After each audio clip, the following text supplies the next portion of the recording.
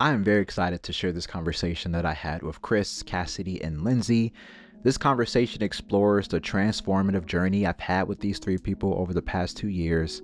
We highlight our experiences receiving spiritual direction training. We also define spiritual direction. And the most important part about this conversation is that we get to showcase the importance of the community that we built here and how important having a safe space has been for us over the past 2 years. These people mean a lot to me, so I would encourage you, if you would like to continue this conversation with any of them or receive spiritual direction from them, send them an email.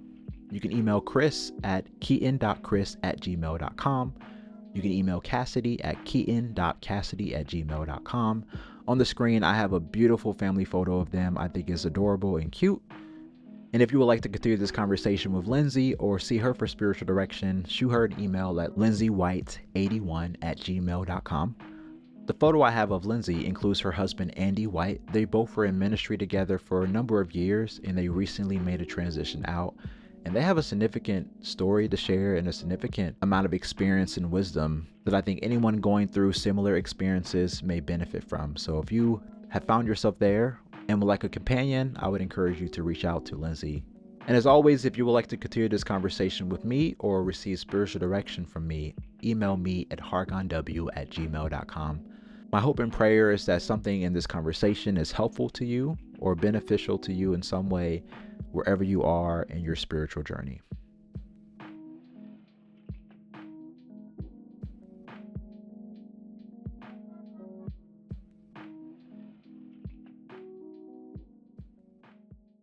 What have we been doing for the last 2 years? Let's try to explore that. What have we been doing for the last 2 years together?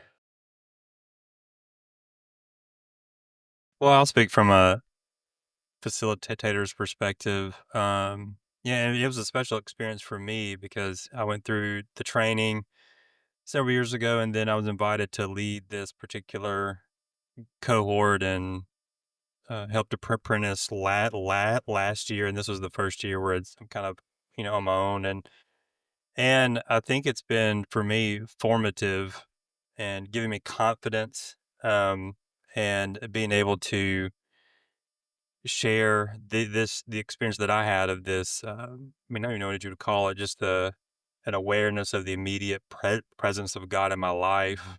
Something that's very exciting and life giving and uplifting for me, and really um, opening up a new leg of my spiritual journey. Mm-hmm. And so, yeah, being able to share that with other people, being able to share that with my wife, and in this context has been exciting and, yeah, really giving me joy, and it is an exercise in freedom, I think, in some way. Yeah. Yeah. And we've experienced that freedom every time we've come together. Yep. Absolutely. Yeah. We're able to talk about things we don't talk about in other spaces. Yeah. Like there's a comfortability that we all feel in this space that hasn't been replicated. At least not yet. It hasn't been replicated. It almost, for me anyway, it feels a place that I didn't even know that I was craving. Community in a safe place where we can walk through things together, learn things together, and learn how to walk with others. Yeah. It's been so good. I failed to have you guys acknowledge like your names. Like share your names. Share your name and share a little bit of who you are. I'm Chris Keeton. I'm a ministrant in Hernando, Mississippi, Hernando Church of Christ. And yeah, I've been doing spiritual direction for a few years. I was trained a few years ago, and yeah, I've been invited to lead this cohort. And so, yeah, that's kind of my, elevator pitch of who I am in this context. Yeah. I'm Cassidy Keeton. I'm married to him, preacher's wife, and I'm a nurse and a mother to 3 children. And this whole experience is something that I was interested in several years ago when he started doing all of this, but very resistant to doing myself. Mm-hmm. Even having a spiritual director that I talked to for a while, it was this guilt of feeling like I didn't understand it, and I kind of thought it was silly, but I didn't want to say that because he was so invested in it, and I didn't want to diminish something that he was doing. Um, but it's been so important. It's been the most important thing that I've ever done in my own spiritual life was go through this because it's there are things that I didn't know that I was struggling with that came out through this practice. The phrase comes to mind that we've mentioned several times, you can only lead as far as you've been led. And this whole experience is leading me like inward and upward. And I have found the deep, dark things that I struggled with and come out on top of those deep, dark things and realized that like this hostility that I didn't know I had toward people for things that I have suffered that has been inflicted on me in the past. Nobody was doing anything to me. Nobody inflicted that pain on me on purpose. And so coming to that other side and learning how to have grace with myself, how to have grace with other people as an experience of God's grace. And probably none of that makes sense. But um I don't I now experience a deeper peace than I've ever experienced in life before. Uh-huh. And maybe I have experienced it before, but I never knew how to recognize it the way that I do now. Mhm. And I feel like this experience has set me up for being able to recognize God in ways that I've never recognized him before. So my name is Lindsay White. I've been a wife to a preacher for 22 years. I'm a mother of 3 teenagers. And I find in spiritual direction, I feel like I've always been a square peg trying to be pushed in a round hole. With spiritual direction, I found something that feels right and light and natural. Maybe using some of the gifts that God gave me in a way that I didn't even know there were opportunities to use. It has created lots of space to do lots of inner work, which have been really hard for 2 years, delving into things about myself and what's important and who I am. But most importantly, who God is. My view of who God is has changed from the beginning. Maybe more of a disappointed father to now someone who loves me unconditionally and is pursuing me constantly. And that has changed everything about how I see people, how I see him, how I view myself as beloved. So that's just the start of what this training has done for me. So, an open question I'll leave for anyone who wants to volunteer to answer first. What is spiritual direction? I will teach y'all. We look to you. Uh-huh. Okay. So when we first started this, one of the first things that we were told to do by Grant, who led it last year, was write down a sentence based on several different quotes that we read of how we would describe spiritual direction to like a potential directee or somebody. And I think it's still what I wrote then still holds true, that I see it as walking alongside someone on their spiritual journey. So just a companion, accompanying somebody. I'm not trying to push them in any direction. I'm not giving them any advice. Mhm.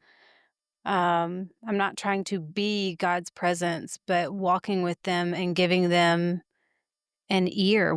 I think we've all experienced in session with a directee, they talk themselves around and see it on their own. So just having somebody listening to them with the acknowledgement that God is present just opens a whole new realm of possibilities and what we can discover about ourselves. So, like, the directee pretty much doesn't do anything. We're just there. We're open to listening and open to God, open to his movement. I agree with all that.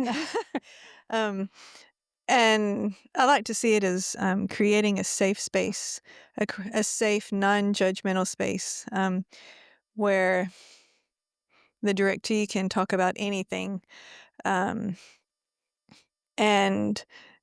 we being listeners, I see that as one of our main things, is being listeners, and gentle, asking questions to gently nudge this way, or to get them to ask deeper questions of themselves, or but companion is a word that stands out in my mind. Companion along their spiritual journey. That's what you said. I would pick up on that language, creating space. I would say creating space to notice and name what God is doing. There you go. Yeah. And maybe we can even add, based on what we learned this weekend, to facilitate a space where people can receive unconditional acceptance and love too. Yeah. And Mm. they receive that by us listening to them and affirming them and saying yes to what we're seeing to be God in their lives. And I still have difficulty defining what we're doing, and I think, and I've tried to, figure out why do I have such a hard time telling people what this is. I don't have any trouble telling people what this is that are already participating in direction, and know more about these cohorts and about the more contemplative spirituality. But when I think about how do I explain to somebody who doesn't know what it is, and I think part of it is, from my own church context and upbringing, we never had a context for what this is.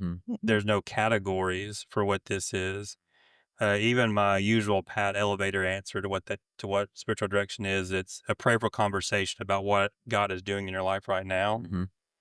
But you place that statement in the context of a spirituality that is not interior, that is not contemplative or meditative in any way, then prayer is something different than what we're doing.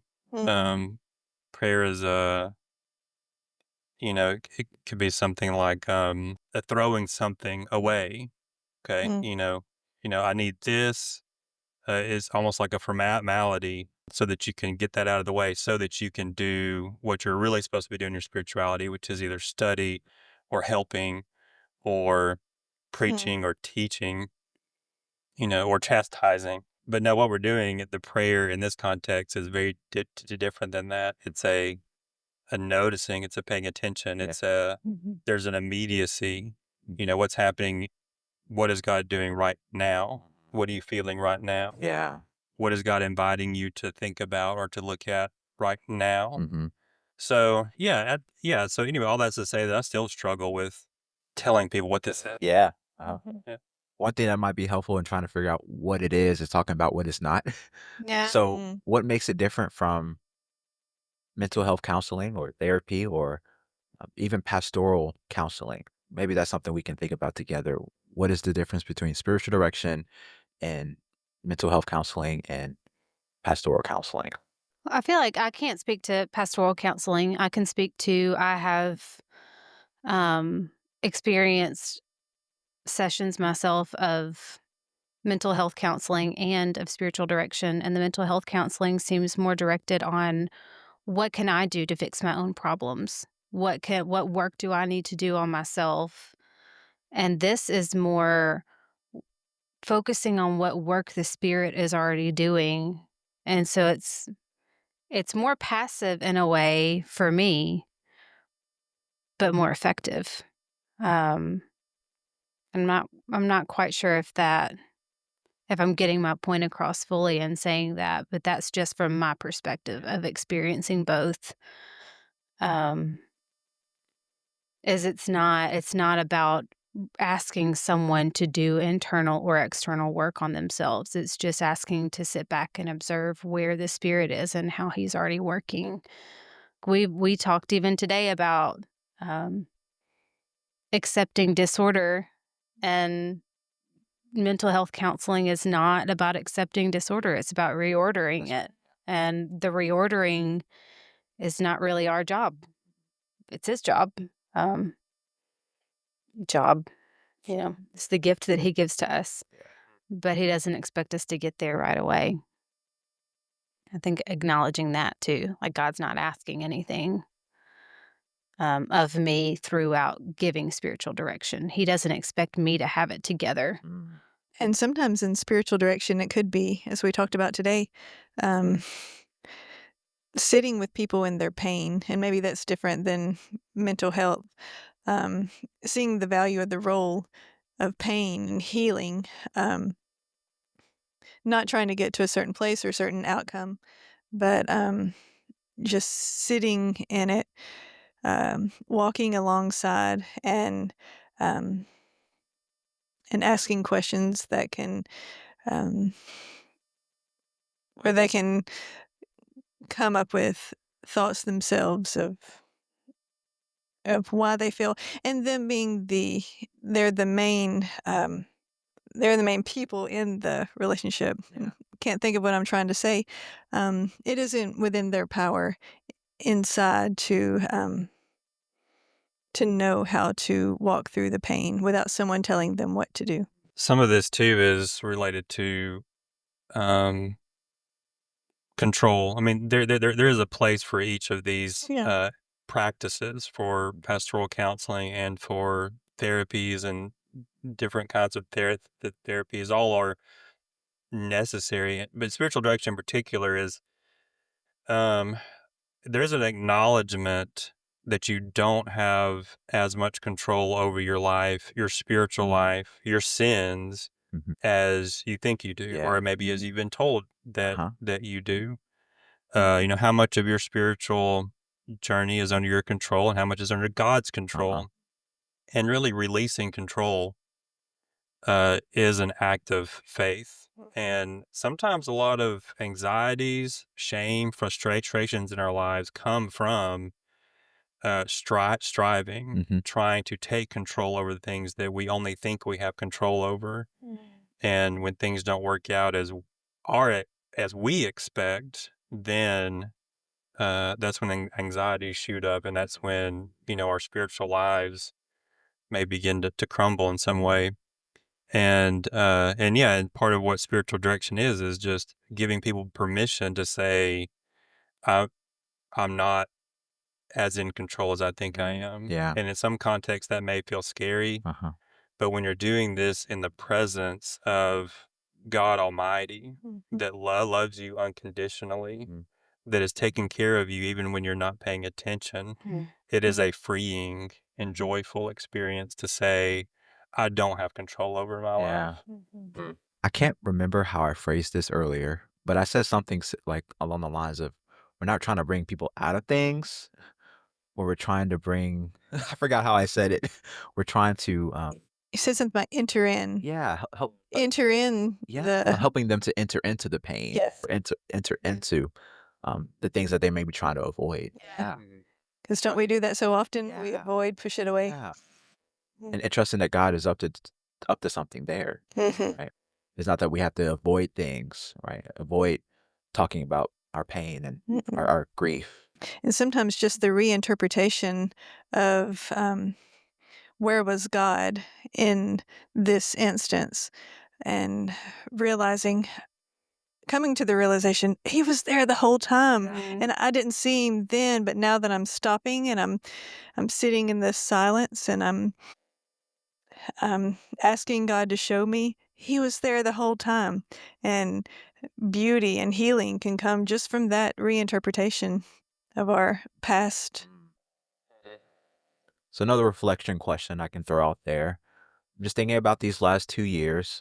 We've been together reading similar books, practicing similar things, having similar experiences. What has been something that's been impactful and something that if you could redo it again, you would want to redo it? Something in particular, or re-experience or reread. I think my first thought is I can't think of the name of the book, but it's the one about listening. It wasn't The Holy Listening by Margaret Gunther. It wasn't that Holy Listening, or was that The Art of? Yeah, Gunther was the I can't remember anything. that may have been The Art of Spiritual Direction. Okay. So I'm thinking about the listening book. That's the same guy that wrote the Introverts in Church book. It's about listening. What is the name of the book? There's one, the Listing Life. Yes, Yes, that's yeah, what it is, yes. Listing Life. I love that book. That was one of my favorites because I knew beforehand how important listening was, but I didn't know how important. Or even how to do it. Yeah, or how to do it. Mhm. Yeah. Yep. And that has changed all of my relationships. Mhm. That has changed my approach to ministry. That has changed even my relationship with God. Like, Mhm. I'm listening. I want to listen, and I I don't want to talk as much. I want to create space for me to listen, for other people to be heard, and Yes. and I'm realizing how much I need that. Like, I'm realizing, oh, I want to be heard. I want to be seen. Yeah. And so it was just a lot of things that were coming up within me as I read that book. So for me, that was one of those moments. One thing I remember reading from that book is how healing often comes from being heard, Yeah. or even by speaking it out loud and heard by an accepting person, Yeah. a loving person. And I don't remember, there's a particular thing that I want to redo or re-experience, but I do think something that happened to me in my training, and even in facilitating this cohort for the past couple of years, is the experience of play. And I say that in the sense of, I mentioned earlier about, I acknowledging to God I don't have as much control over my life as I think I do. And what I meant by that is that there's a freedom from the should and should nots, because sometimes we search for what we should be doing, what we shouldn't be doing.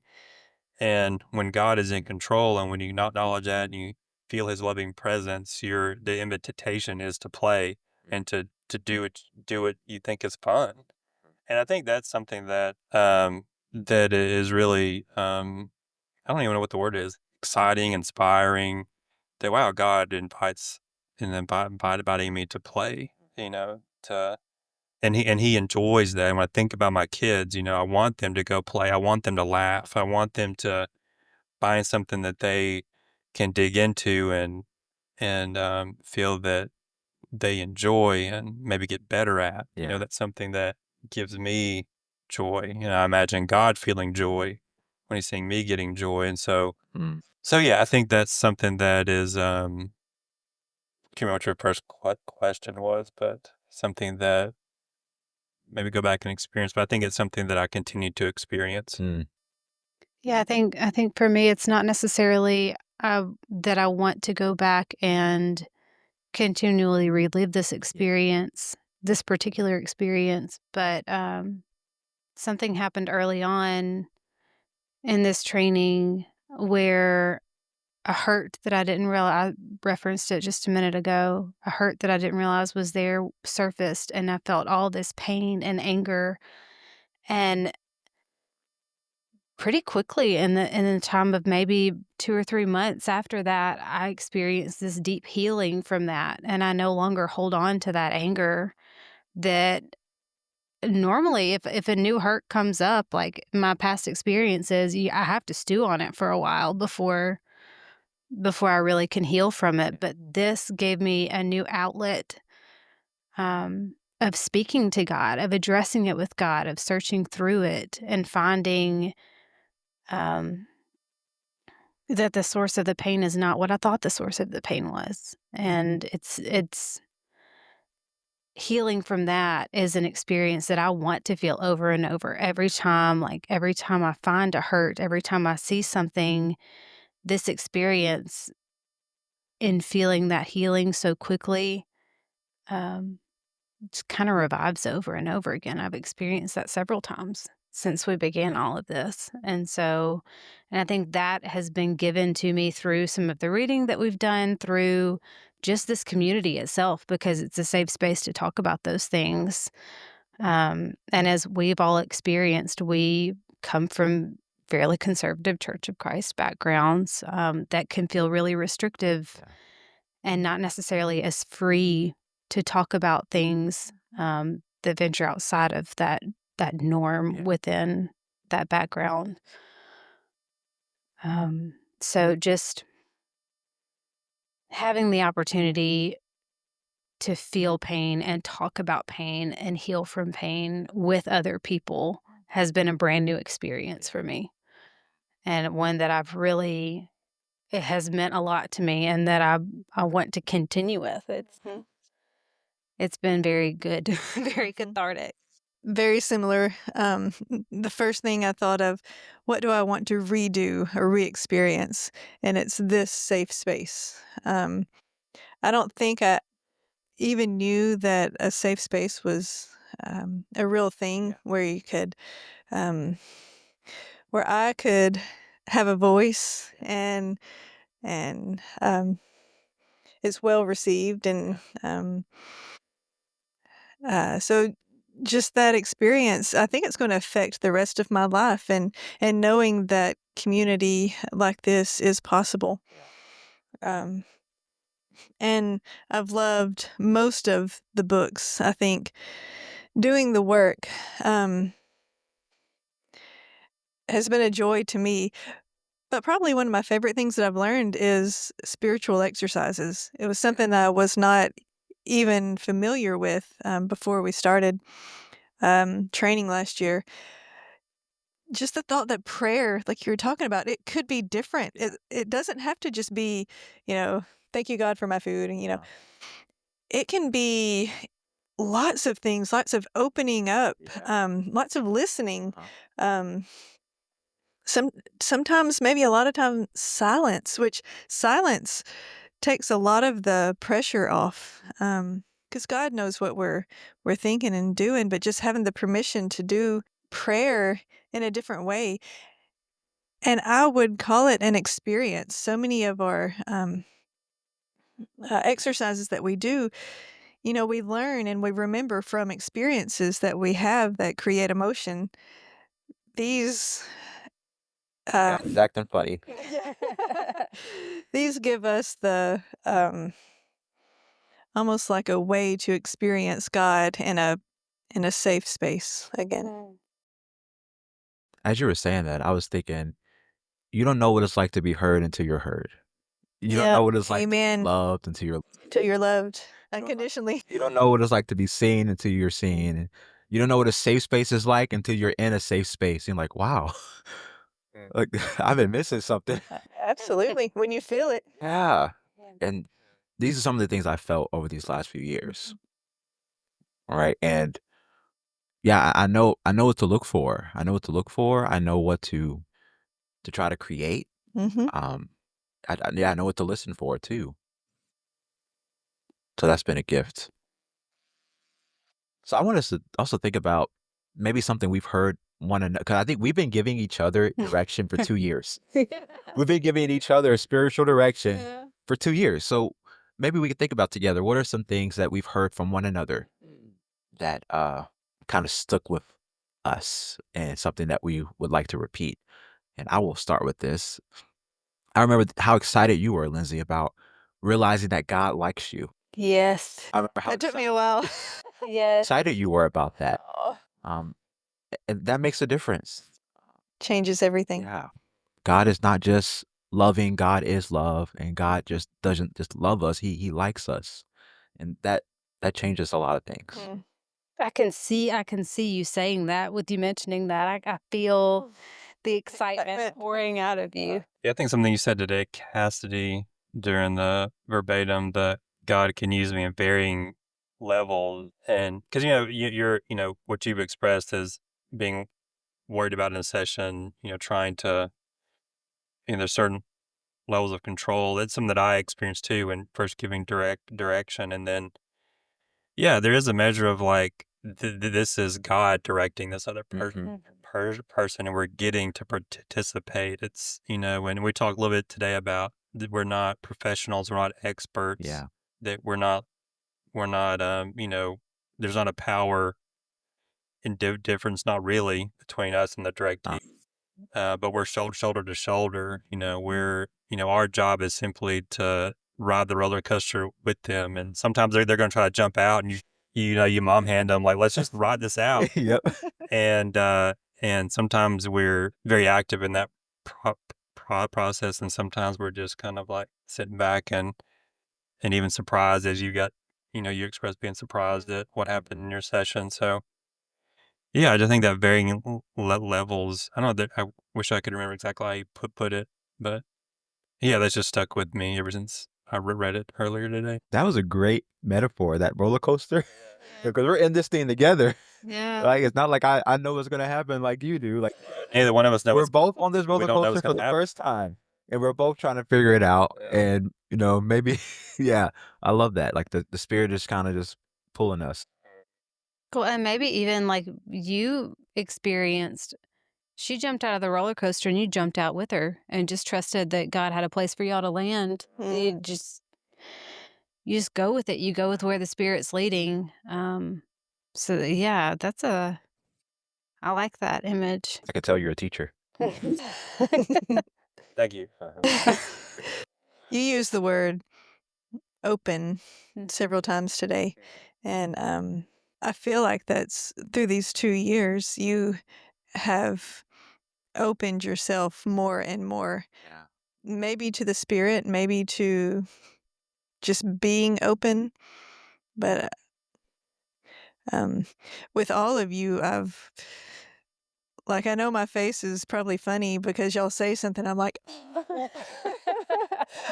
because maybe just because we're talking about real things but hearing all of your perspectives has changed my life. And, I write down, shared that with you today. I write down things that you've said because your encouragements actually echo in my mind. Yeah.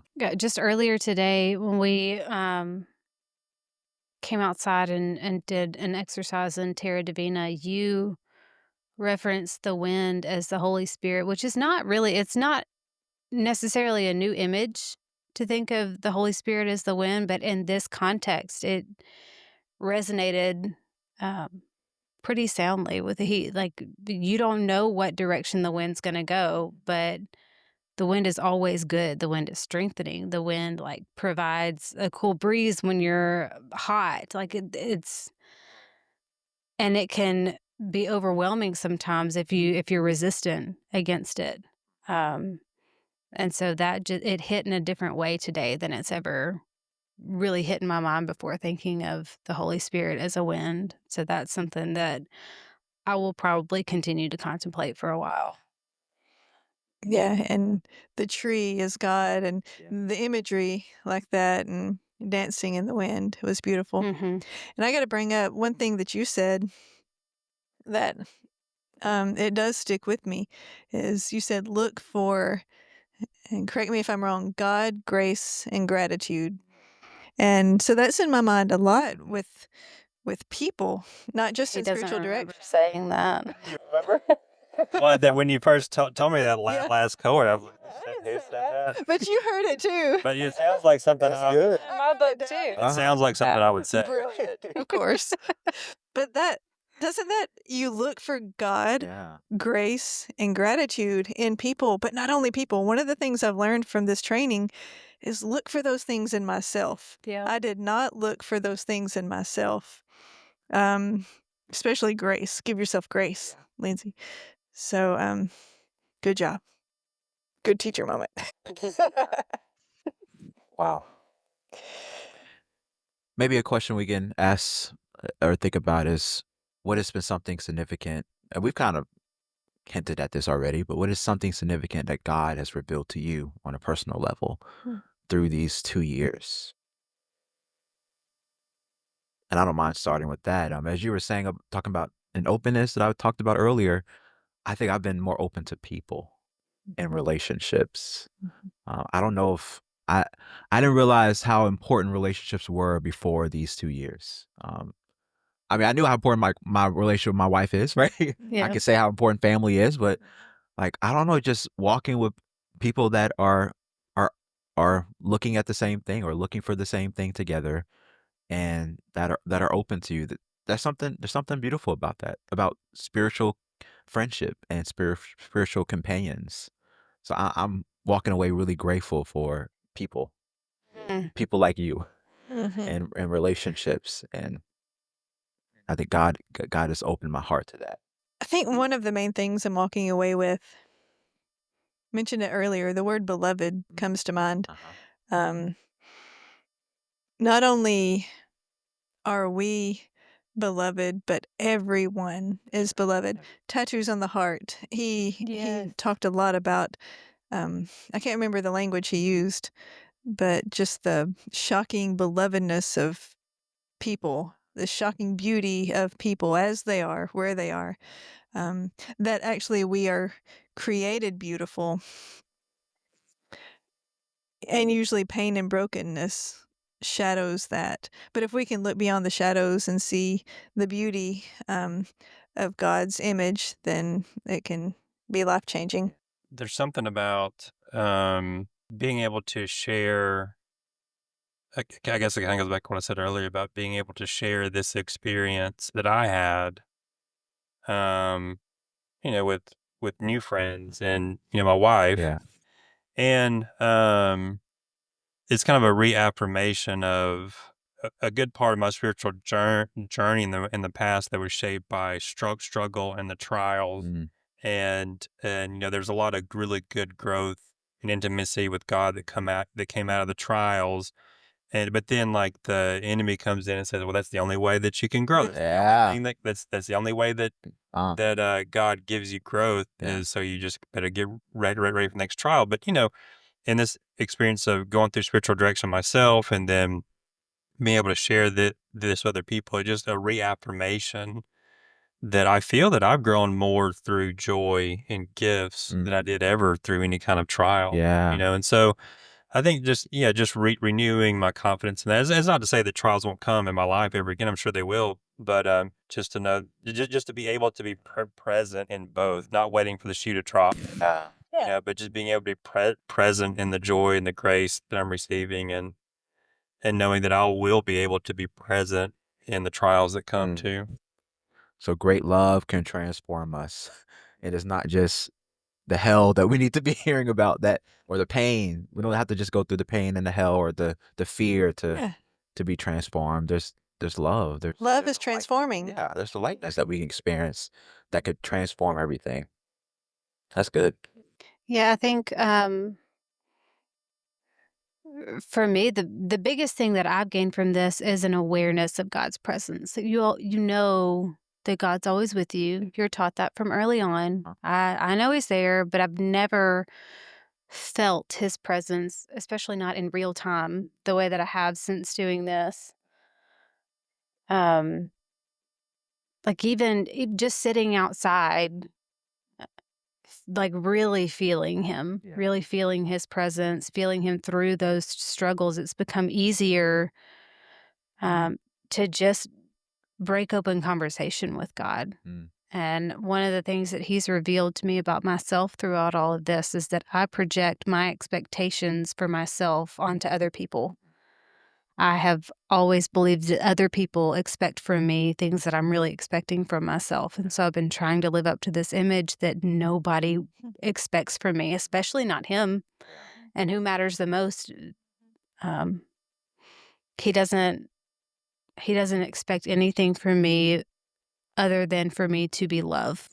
And that's so much easier. That's a much easier expectation to live up to than the ones that I've put on myself. And so I think part of what I'm learning is to differentiate other people's expectations and God's expectations from my own. And to really name that, because I think that's been a bigger struggle than I've ever realized that it was in my life. And something else comes up, and we were talking about this just a minute ago. One of the things I feel like I've gotten from this training is realizing that even when I mess up, or even when I don't think that I'm, just doing a great job in spiritual direction or in life, God is always working through me, despite me, because of me. And that's something I want to carry away with me. One thing I've realized about myself is I feel responsibility for everything and everyone. And it was never intended for me to have that. But if I can release that and realize I'm going to do my best, and God's going to take what I can give and make it beautiful. There's a couple things I want to do. First, I want to acknowledge Rich, who is not here with us. I've been thinking about Rich. Yeah, Rich is someone that started this training program with us. He didn't get to do year 2.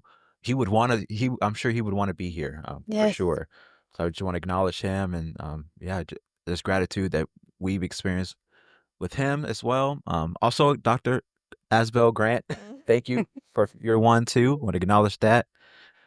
As we were kind of wrapping this up, I want us to kind of just soak this in real quick, like soak in this moment.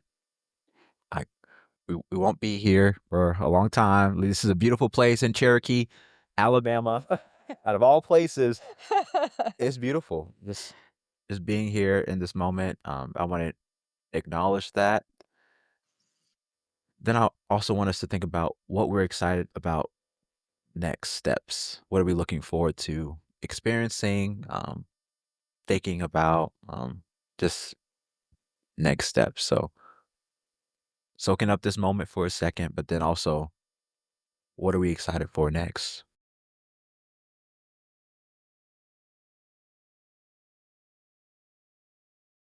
I think I'm excited to walk with more people through spiritual direction. Really am. To see them as the images of God, to see them as God sees them. I'm excited about the possibility of more, of maybe us spreading this community type. Just the knowledge that this community can be possible. Maybe God has something for us in that. Yeah. I'm excited for just more exploration. These 2 years, I've received terminology, like language, uh, a frame of reference. Like they're just, I think we were just kind of peaking and starting the conversation with a lot of these things, like spiritual practices. Like all of this is, we've been exposed to this, but I'm excited to exploring more of it, practicing more, going outside more, listening to what's going on within me more, because I feel like I have the tools to now. That's right. Meeting with my spiritual director more, and yeah, just I feel like we've built a pretty solid foundation with your help and the help of this training, right? So I feel like a house is going to be built, nice, beautiful home that I It's a good image. yeah, right. We got the foundation, so I'm excited for the home to be built. Yeah, I'm excited to see where God takes each of you, and because kind of the image I have in my mind sometimes is these cohorts and these training. Even when I meet with my directees, we're coming by the fire, and we're bringing what we've learned and what we've experienced on our journeys. We're bringing it back to the fire, and we're resting, we're rejuvenating, and then we're going out and off to other adventures and other exciting things that God is going to present and bring. And then at some point, we're going to meet back together and talk about everything that we've done and what God has done for us and what we've experienced. And so, yeah, I'm kind of looking forward to see, where God takes all of you. I'll know more about what you're up to, but Yep. hopefully will be a regular. And I know you'll either talk in person. Maybe we'll get back together for a Yeah. reunion, or I'll hear some rumors about what's going on. Always Through the good. grapevine. Yeah, so that feels like exciting. Yeah. So much of my spirituality has been about preparing, Mm. but then part of what I've learned through this experience of spiritual direction is just improvisation. Mm. God will lead you into what you need to say and what you need to do at the Yeah, time, and that's you right. won't know until you get there. That's And right. so that's can be scary, but when we know that I know that God is with me, then it sounds exciting. Mm-hmm. And then you can say things like God, grace, and gratitude. Yeah, not even remember, just throw it away. Like, So I went into this not really knowing if I wanted to go anywhere with spiritual direction. I just wanted the formation for myself. And I'm leaving it excited for the idea of actually being a spiritual director. Like, I feel like it's something that doesn't feel, it's not intimidating anymore. Because before, when I first entered into this, it was like a skill that I was gaining that I needed to be good at. And now it's just total reliance on God's presence and Him to be the true director, and I'm just there. I'm just along for the ride. And so I'm excited for that. And I think one of the other bigger things that I've gotten out of this is a new dimension of my marriage.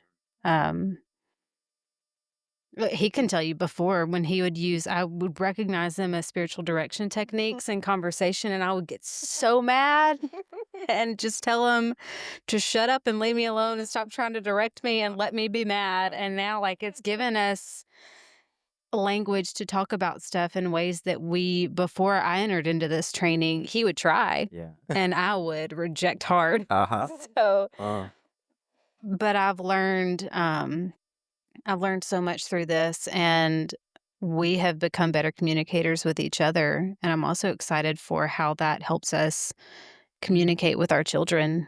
But I feel like we're kind of at an advantage that we have discovered this side of God's nature, this side of spirituality, while our children are so young. And I'm really excited for that. I'm excited for them entering into it and getting to be a part of that. So, yeah. I so appreciate that point, because my wife has been reading some of these books too, right? So she's been benefiting from this too. So it's like a lot of my relationships, right? And I was thinking that we've been training to know how to surrender. We've been training to know how to receive. We've been training to know how to create space, right? So it's really funny to know that we have to get trained to do that. Yeah. Right. Funny. It's not going to come naturally all the time, especially in relationships. Yeah. So that is a gift. I know we have a lot to be grateful for. Mm-hmm. So with that said, I am so grateful for each and every one of you. I'm grateful for your hearts, your friendship, and I look forward to more. As Grant would often pray in his prayer, like, God, give us more. Yeah. That's going to be my prayer. Yeah. God, give us more. I want to thank you again for listening to this conversation. Again, I would encourage you to email any one of these individuals if you would like to continue this conversation or receive spiritual direction from them. Again, Chris's email is keeton.chris@gmail.com. Cassidy's email is keeton.cassidy@gmail.com. And Lindsay's email is lindsaywhite81@gmail.com. And of course, you can always email me for spiritual direction or any other questions regarding these discussions on this podcast or YouTube channel. You can email me at hargonw@gmail.com. I want to give a few shout outs. Shout out to the cat that was walking around and joining us indirectly in our conversation, almost knocking over the recording equipment. That was pretty funny. And also shout out to the beautiful nature behind us. It was so nice to be able to film outside and not have the audio be terrible. So I'm grateful for that. It was a beautiful day. And it's nice to have different scenery as I'm trying to make space for these conversations. I would like to end this discussion with a poem that I wrote about God and nature on the same day that we recorded this conversation together. God is a tree. The Father is the trunk, the Son is the leaves, and the Spirit is the wind making him dance. The birds have a home and a reason to sing. The tree makes no demands, only invitations. To stop and receive. To mindfully breathe. Inhaling the answers and exhaling the questions. Being with no agenda or reason. A gentle yes to the moment as it is. Growing gratitude for the source of my life and the small role I get to play in it. Suspended in awe, I humbly ask for more, while recognizing that nothing is missing.